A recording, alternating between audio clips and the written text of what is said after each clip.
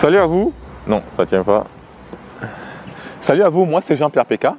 Je pense qu'on peut faire mieux. Salut à vous, moi c'est Jean-Pierre Péka. Dans une démarche d'action citoyenne, la Startup Excel vous offre des masques. Mais comme nous sommes en stock limité, nous vous proposons d'offrir aux 5 premières personnes qui commenteront cette vidéo et aux 10 premières qui commenteront la vidéo de la semaine prochaine, à chacune des personnes, un masque. Dans cet épisode de Vision 360, nous allons à la rencontre de Marcel Saut qui s'est lancé dans le conseil en investissement immobilier sur Paris pour qu'il nous parle de son parcours, le déclic qu'il amène dans une vie entrepreneuriale, les difficultés qu'il rencontre, mais aussi et surtout pourquoi vous pouvez ou alors vous devez vous lancer dans l'immobilier.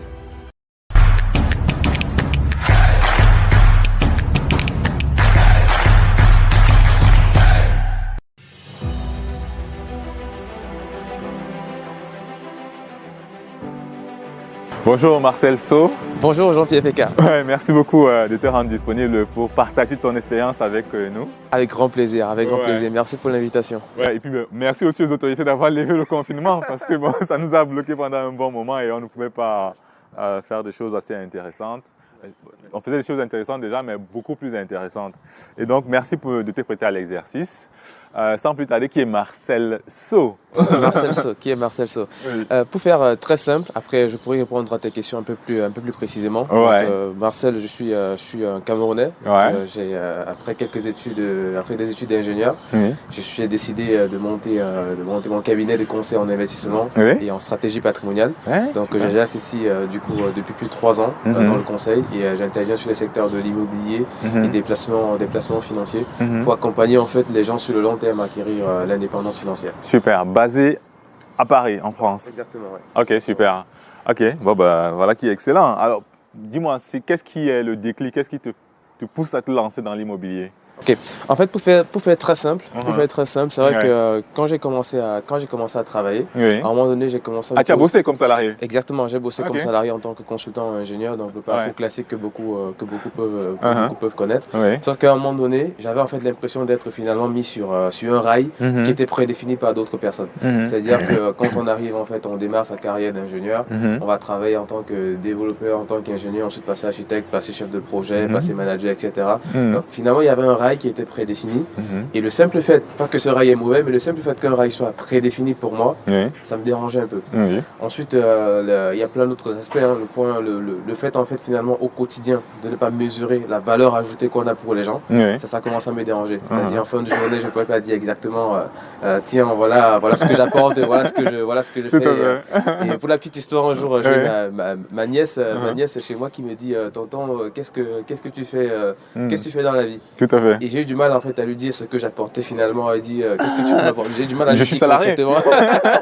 Mais c'est pas un métier. Ouais. Et après, au-delà de tout ça, c'était aussi la volonté finalement d'atteindre l'indépendance financière sur le long terme. Oui. Parce que je suis de ceux qui pensent que aujourd'hui, on passe beaucoup de temps, on va dire, à perdre sa vie parce qu'on veut la gagner. Ouais. Et pour moi, il était question de changer, d'inverser finalement ces choses-là, Ouais. d'être sur une activité qui m'anime, sur laquelle je peux avoir vraiment de la valeur ajoutée mesurable pour les gens au quotidien et aller sur le long terme chercher l'indépendance financière et en emportant certaines personnes aussi avec moi. Ok, super. On n'a pas le même déclic parce que moi j'ai été toujours à l'aise dans le salariat et puis me voir progresser jusqu'au jour où je me dis attends, il y a quand même un besoin fort, il n'y a pas d'acteurs pour apporter des solutions fiables, concrètes et surtout professionnelles, en particulier en Afrique.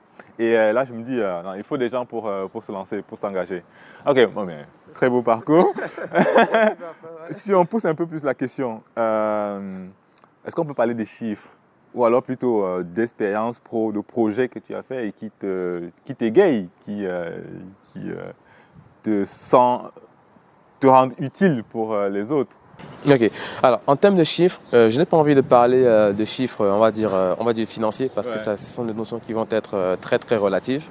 En revanche, il y a un indicateur pour moi qui est important. C'est le nombre finalement de personnes accompagnées. Le nombre de personnes accompagnées, finalement, le nombre de personnes pour qui j'ai eu de la valeur ajoutée. Et aujourd'hui, c'est vrai que j'ai une équipe d'une quinzaine de personnes, une quinzaine de collaborateurs que je forme aussi à l'activité. Tu n'as pas dit au départ que tu étais coach. Je suis coach aussi, effectivement. Ouais, je l'ai pas mentionné. Ouais, et tu formes des personnes à devenir investisseurs. Exactement, à devenir investisseur et à devenir aussi conseiller en investissement. Donc, j'ai une équipe d'une quinzaine de collaborateurs que j'accompagne aujourd'hui en France, que je forme. Et ensemble, en fait, finalement, l'indicateur qui me fera me dire demain, OK, je suis fier d'avoir fait ce que j'ai fait, c'est à nous tous, en fait, dans l'équipe, le nombre de personnes pour qui on aura eu un impact. Aujourd'hui, nous sommes à une trentaine de personnes que nous avons accompagnées pour qui nous avons eu de la valeur ajoutée. Et l'objectif est de porter ce nombre à 10 000 personnes. 10 000 À 10 000 personnes, effectivement. À 10 000 personnes. Donc, c'est ça la vision. C'est ça qui fera nous dire, en fait, que nous sommes contents d'avoir fait ce qu'on a fait. Parce que derrière un simple investissement immobilier, il y a toute une vision, on va dire, intergénérationnelle derrière. Derrière un simple investissement immobilier, il y a toute une histoire, finalement, de protection, de famille. Et c'est derrière aussi, sur le long terme, accompagner les gens à s'acheter du temps. Parce que forcément, si à un moment donné, tu te génères des revenus passifs, forcément, c'est une façon de t'acheter du temps, pour passer du temps, pour finalement utiliser ton temps au mieux avec ce qui te tient à cœur, comme la famille, etc. Finalement, ce sera ça mon indicateur. Et aujourd'hui, je n'ai pas envie de parler d'éléments purement financiers, chiffrés, etc. Parce que pour moi, ce n'est pas ça c'est pas ça la vraie valeur ajoutée. C'est toujours relatif. Super. Le chiffre 10 000, je l'aime beaucoup, à plus d'une raison. D'ailleurs, je fais un clin d'œil à un groupe qui a lancé le projet 10 000 développeurs en Afrique, développeurs informatiques. Et la Startup Estate elle-même aussi a pour ambition de lancer un programme de construction de 10 000 logements horizon 2021 en Afrique, un peu partout. Et donc c'est un chiffre qui me parle beaucoup. À chaque fois que je l'entends, il y a beaucoup de challenges, un peu comme la crise sanitaire actuelle qui dégénère en crise économique.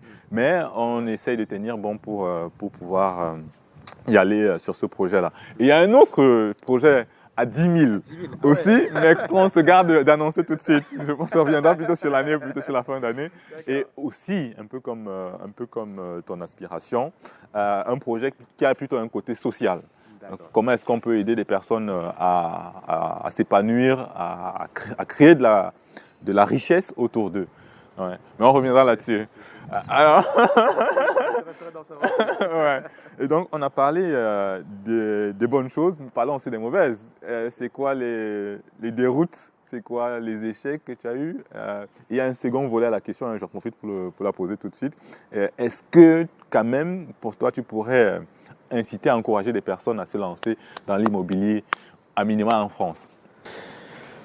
Alors, derrière cette question, il y a plusieurs aspects effectivement dans cette question. Si je prends l'aspect, on va dire, des erreurs, j'ai pas envie de m'ériger aujourd'hui en donneur de leçons ou bien vraiment en conseiller pour dire aux gens ce qu'ils doivent faire de leur vie. Ce dont je suis persuadé, c'est que dans tous les cas, il n'y a pas à avoir de regrets. Parce que c'est l'ensemble des erreurs finalement qu'on fait qui nous amènent où on est aujourd'hui, que ce soit toi, que ce soit moi. Donc à un moment donné, il n'y a pas à s'arrêter et se lamenter sur ses erreurs, sur ses échecs, etc. Parce que c'est ça qui fait de nous ce que... Sans se couper, on dit souvent un entrepreneur qui n'a pas connu d'échec est une bombe à retardement. Exactement. Un peu tard. Exactement. Donc des erreurs, on en commet chaque jour, que ce soit sur le plan humain, donc recevoir une personne, parfois on a un mot de travers, que ce soit sur le plan, on va dire, purement commercial. Parfois il y a un mot qui n'est pas bon, parfois on n'a pas bien compris la personne qui avait en face de nous, surtout au début quand on se lance. Donc on va dire il y a pas mal pas mal de petites erreurs ou d'échecs entre guillemets qui sont finalement des apprentissages qu'on fait tout au long du parcours, qui fait de nous, que ce soit toi, que ce soit moi, ce que nous sommes aujourd'hui. Donc j'ai pas envie de m'arrêter particulièrement sur un aspect parce qu'il y en a des tonnes, j'ai envie de dire. Il y en a des tonnes et je pourrais t'en lister quelques plein. Et puis sinon quelques aspects aussi, c'est parfois la frustration, on va dire, de ne pas pouvoir aider une personne. Soit parce qu'on s'est mal exprimé, soit parce qu'on n'a pas eu le bon mot qu'il fallait. Et finalement, il n'y a pas de relation, il n'y a pas de cheminement avec la personne. Et finalement, on n'arrive pas à l'aider parce qu'il y a eu un couac, parce qu'il y a eu un mot qui était travé, parce qu'il y a eu une incompréhension ou quelque chose du genre. Donc, du moins, il y a parfois ces petites frustrations-là. Après, si je reviens sur le deuxième volet de ta question, sur l'encouragement des gens à investir dans l'immobilier, que ce soit ici en France, que ce soit même avec Exted par exemple au Cameroun. Moi j'ai envie de dire, au-delà de l'immobilier, il y a toute une vision. Avant de se dire comment est-ce que je peux investir dans l'immobilier ou bien la raison, voilà, c'est derrière, il faut se demander pourquoi est-ce que j'ai besoin d'investir, pourquoi est-ce que je devrais investir, quelle est la vision que je donne à tout ça. Une fois que on définit cette vision, une fois qu'on définit c'est pourquoi finalement le faire, investir devient une évidence. Ça devient vraiment une évidence. Pour certaines personnes, on l'a évoqué tout à l'heure, pour certaines personnes, ça va être la volonté, on va dire, d'avoir un patrimoine intergénérationnel, donc de mettre à l'abri sa famille. Donc ce qui va animer la personne, ce n'est pas la pierre en tant que telle, ce n'est pas le fait d'avoir un bâtiment, un appartement, c'est le fait de se dire, je suis en train de travailler, je suis en train de mettre en place quelque chose, en fait, qui va avoir une portée intergénérationnelle. Pour d'autres personnes, c'est de se dire qu'aujourd'hui, pour ceux qui sont en France, par exemple, c'est de se dire que, OK, le système de la retraite, il est bancal, c'est qu'il est en train d'aller vraiment, il est en train d'aller en perdition. On a encore vu récemment avec les gilets jaunes, avec des retraités. Donc finalement la question c'est qu'est-ce que la génération actuelle peut mettre en place pour s'affranchir en fait du système de retraite français. C'est pas pour dire que le système de retraite français n'a pas de valeur ajoutée. C'est pour dire comment aller au-delà de ça en fait. Comment voilà, finalement c'est ça les vraies questions en fait. Au-delà d'un appartement, au-delà d'un placement financier, c'est ça les vraies questions. D'autres personnes peuvent se dire ok, aujourd'hui tout le monde nous avons grandi en Afrique. Pour beaucoup de parents en fait, c'est quand l'enfant obtient son baccalauréat qu'on se met quand on réfléchit sur on va dire la démarche financière qu'on va avoir pour les études supérieures. Pourtant, ce sont des choses qui s'anticipent. Et on connaît très bien en termes d'investissement l'effet boule de neige qu'il peut avoir quand on fait un investissement, c'est-à-dire que parfois ce n'est pas la quantité d'argent qu'on investit, parfois c'est juste la bonne plus on investit dans le temps, donc plus on anticipe, moins en fait l'effort peut être moins important et aller chercher vraiment un effet important. Donc pour certaines personnes, ça va être de se dire... Juste pour faire un clin d'œil là-dessus, dans la vidéo de la semaine dernière, on indiquait un modèle d'investissement qui est plutôt de se projeter sur 10 ans, 15 ans, 20 ans, parce que, pas qu'on ait besoin de revenus passifs tout de suite, mais plutôt parce qu'on pense à son gosse qui vient d'avoir 5 ans et qui doit aller à l'université. Et on ne veut pas avoir des charges énormes à cette époque-là. Exactement. Et être un peu plus, exactement. Un peu plus outillé. Donc les études supérieures, dans 15 ans, dans 20 ans, se préparent maintenant en fait. Donc pour résumer du coup la réponse à ta question, ce serait de se dire qu'au-delà d'un appartement, au-delà d'un placement financier, on entend bourse, etc., c'est vraiment travailler sur pourquoi est-ce qu'il est nécessaire de le faire. Une fois qu'on a défini cette vision et ce pourquoi-là, tout le reste devient en fait une évidence en termes de stratégie patrimoniale. Ok, super. Et d'ailleurs, petit point aussi, c'est en France, je pense que la volonté du gouvernement, c'est qu'il y ait au moins 500 000 logements construits par an. Et donc, créer des structures qui peuvent apporter, du moins répondre à ce besoin-là, tout à fait, est aussi une forme, et c'est ce que moi je réalise dans l'entrepreneuriat, c'est qu'on est une espèce de vecteur de développement, et puis même parfois on peut me dire, si on va plus loin, des vecteurs de défense de certaines valeurs. On veut une société où des personnes ne sont pas dans la rue, ou n'ont pas de domicile, tout à fait, ou ainsi de suite, et comme ça on apporte sa part de solution aux problématiques de la société. Exactement. En France, pour aller un peu plus loin du coup avec ce que tu dis, en France effectivement il manque plus d'1 million de logements.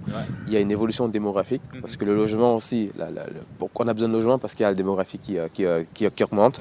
On a besoin de logements parce que malheureusement il y a de plus en plus de divorces, de séparations. Donc exactement. Donc on a besoin de plus de logements et derrière la construction de nouveaux logements, derrière toute l'activité qui est mise autour, il y a aussi un impact sociétal, parce que derrière ça génère de l'emploi, parce que voilà, donc il y a plein de choses effectivement. L'optimisation même des ressources déjà existantes. Alors tu es d'origine camerounaise, basée en France, ça laisse supposer que tu as peut-être encore un pied de ce côté-là, et donc tu suis peut-être l'activité ou l'actualité de l'immobilier là-bas. Alors il y a souvent cette question qui revient, France versus Afrique, mais mettons simple, est-ce que tu encouragerais des gens à investir dans l'immobilier en Afrique? Déjà je le fais. Tu sens ah oui, déjà je le fais, et puis Exted, je pense que m'aidera peut-être à aller plus loin que ce que j'ai commencé. J'espère. Est-ce que j'encouragerais les gens à le faire? Alors moi, ce que j'encourage les gens à faire en premier, c'est de se définir une stratégie patrimoniale. Je reviens vraiment dessus. Parce que, est-ce qu'il faut le faire? La réponse, c'est oui. Si on a la possibilité de le faire, pourquoi s'en priver? Si on a les moyens de le faire, pourquoi s'en priver? L'avantage que nous avons pour ceux qui connaissent plusieurs pays, donc toi et moi nous connaissons à minima le Cameroun et la France. L'avantage c'est que nous connaissons finalement deux marchés. Donc pour voir pourquoi se priver des deux marchés et se contenter uniquement en France ou bien uniquement de la France ou bien uniquement du Cameroun. Donc nous connaissons les deux marchés, c'est un avantage. C'est différent d'un Camerounais qui ne connaît que le Cameroun ou bien d'un Français qui ne connaît que la France. Donc nous avons ce double terrain de jeu. Pourquoi s'en priver déjà? Ça c'est le premier point.